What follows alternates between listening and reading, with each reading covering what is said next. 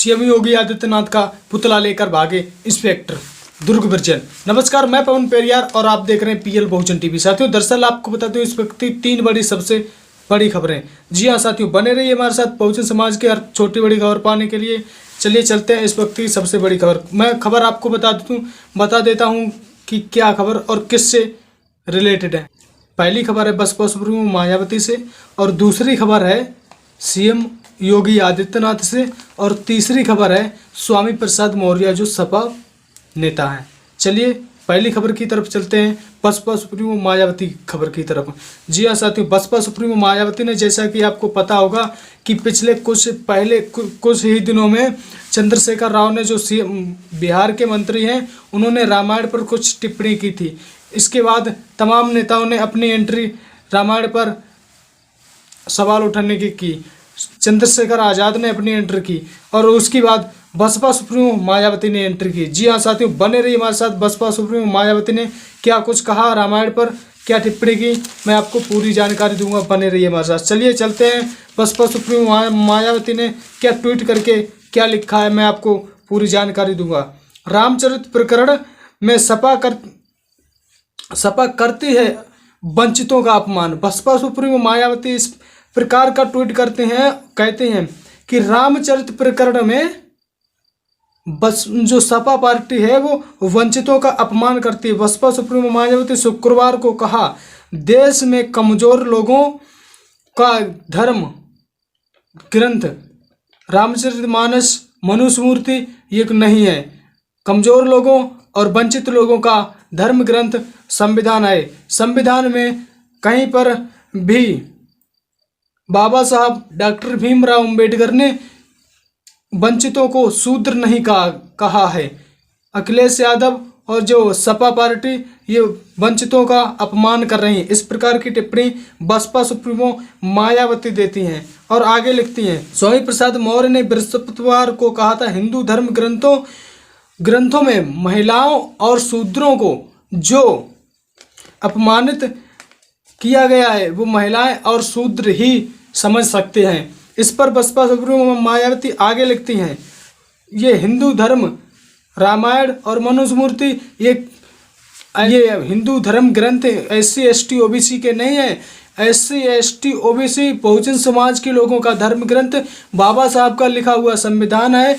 बाबा साहब ने कहीं पर भी ऐसे वंचित लोगों को शूद्र नहीं कहा है। बसपा जो सपा पार्टी वंचितों का अपमान कर रही है। आगे बसपा सुप्रीमो मायावती लिखती हैं कि सपा प्रमुख को इनकी वकालत करने से पहले उन्हें लखनऊ स्टेट गेस्ट हाउस के 2 जून 1995 की घटना की तरफ देख लेना चाहिए, जब एक बहुजन समाज की बेटी मुख्यमंत्री बनने जा रही थी।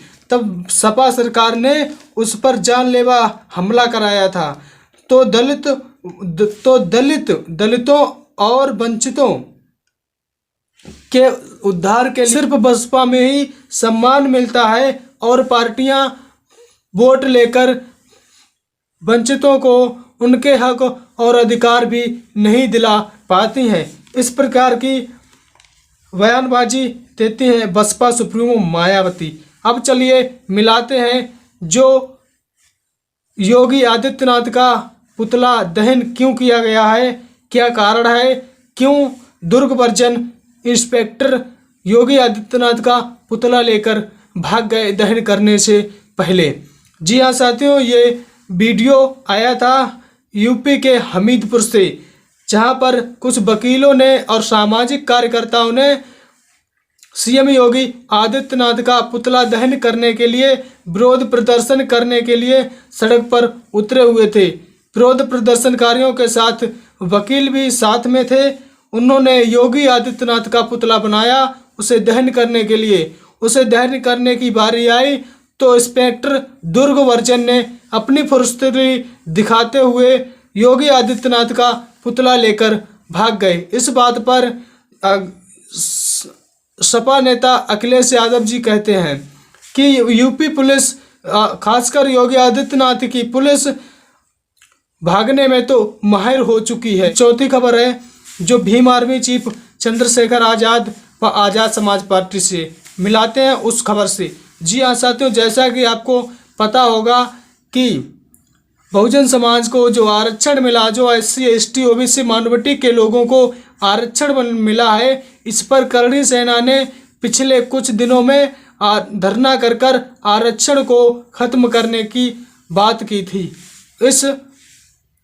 उस धरने को प्रशासन ने संज्ञान में लेने के बाद उसे खत्म कराया है।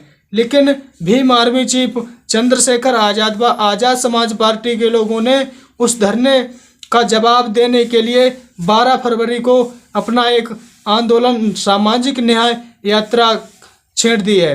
जी हाँ साथियों, भीम आर्मी चीफ चंद्रशेखर आज़ाद ने मुहिम छेड़ी है, एक तीर एक कमान, SC ST OBC एक समान। इस मुहिम को लेकर 12 फरवरी को मध्य प्रदेश के भोपाल में होगा भारी धरना प्रदर्शन, न्याय यात्रा निकाली जाएगी और वहीं पर पुलिस प्रशासन व सरकार ने इस जो न्याय यात्रा निकाली जाएगी इसकी अनुमति भी दे दी है। इन तीनों चारों खबरों पर आपकी क्या प्रतिक्रिया है? अपनी महत्वपूर्ण प्रतिक्रिया जरूर जोड़ दीजिए। मिलते हैं अगली खबर में लिए, तब तक के लिए धन्यवाद। जय भीम।